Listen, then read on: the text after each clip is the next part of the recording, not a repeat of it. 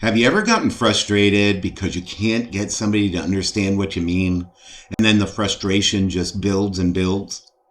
Hi, I'm Dave Jones with Captive Coaching and Empowerment with another video that my assistant has me make. And today we're going to talk about frustration in that example a little bit. Now, I just had earlier today a coaching client reach out via text and ask me, remind me again what I'm supposed to do when I get frustrated because I can't get my point across to somebody else and the frustration builds.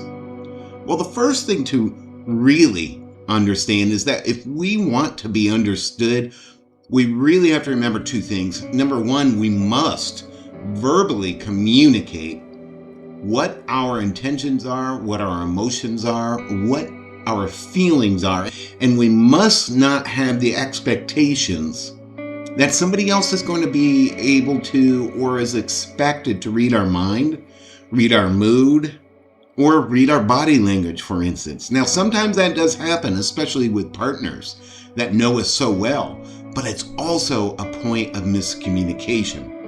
The second thing is we got to remember that communication is not the providing of information from one person to another. Communication truly is, or at least effective communication, is the providing of information to another person in such a way that it cannot be misinterpreted. In other words, we must provide it in a way that we know that the other person is going to understand our exact intent. I hope that makes sense. Frustration is the fear of not having control. Frustration in this example is the fear, whether we're aware of it or not, of not having control over whether or not we can get somebody else to understand us. But effectively, frustration is always having a fear of lack of control. And then lastly, especially if we have been in a relationship, whether or not it's family or friends or our partner, if we've been in a relationship with them for a long time and you're working on your own personal growth, we've got to remember, we've trained them for years.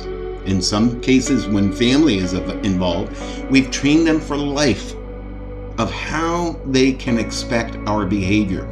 So when we are on the path of personal discovery, we have to remember that the training we provided them is going to elicit a certain behavior in them as a response to our attempt at communication. I'm Dave Jones with Captive Coaching and Empowerment, always trying to give as many tools as possible to help you become the she that you were meant to be.